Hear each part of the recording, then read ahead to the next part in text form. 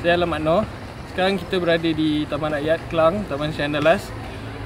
Untuk video kali ini, kita akan berkongsi teknik braking. Macam mana cara untuk brake yang betul dan untuk mengelakkan kecederaan ketika menunggang. Okey, pastikan brake lever anda pada kedudukan 45 darjah. Apa yang anda perlu pastikan ialah kedua-dua brake lever sama, lebih kurang berkedudukan 45 degree.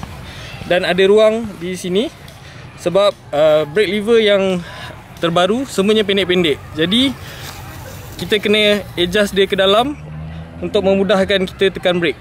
Apa yang anda perlu tahu mengenai brake ialah gunakan kedua-dua belah tangan secara serentak dan perlahan. Jangan tekan secara mengejut ataupun tekan lepas. Jadi ini yang akan menyebabkan anda jatuh apabila anda brake secara mengejut. Apa akan jadi jika anda menggunakan brake depan terlalu kuat? Basikal akan tertongging ke depan dan boleh jatuh.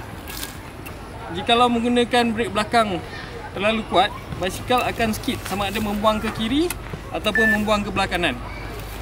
Ini juga akan menyebabkan anda jatuh. Pastikan kedudukan kaki selari gini supaya anda boleh mengimbang badan ketika turun. Ketika turun bukit, pastikan posisi badan anda ke belakang dan melepasi saddle. Macam ni. Dengan kedudukan macam ni, ia akan mengelakkan daripada untuk jatuh ke depan. Selepas ni, saya akan tunjukkan cara teknik menggunakan brake yang betul, bagaimana ketika untuk turun bukit.